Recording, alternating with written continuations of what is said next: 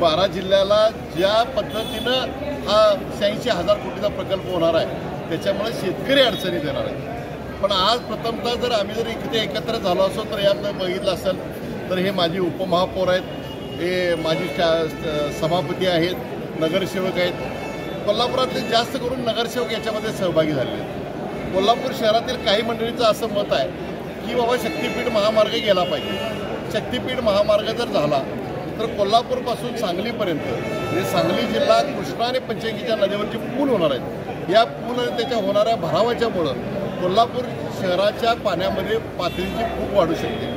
आज जर बघितलं राष्ट्रीय महामार्गामध्ये जे पूल केलेत त्या पूल केल्यानंतर 2005-2006 दोन्ही सालामध्ये कोल्हापूर निम्म पाण्याखाली गेलं तर जास्तीत जास्त कोल्हापूर पाण्यामध्ये जाणार आहे। यासाठी आम्ही आज आई अंबाबाईला करवीरची आमची निवासिनी आई अंबाबाई आमचं जागृत देवस्थान यांना आम्ही साकडं घालतोय की देवाभाऊ देवेंद्र फडणवीस आणि या महाराष्ट्राच्या सरकारला बुद्धी दे आणि हा शक्तिपीठ महामार्ग रद्द करा।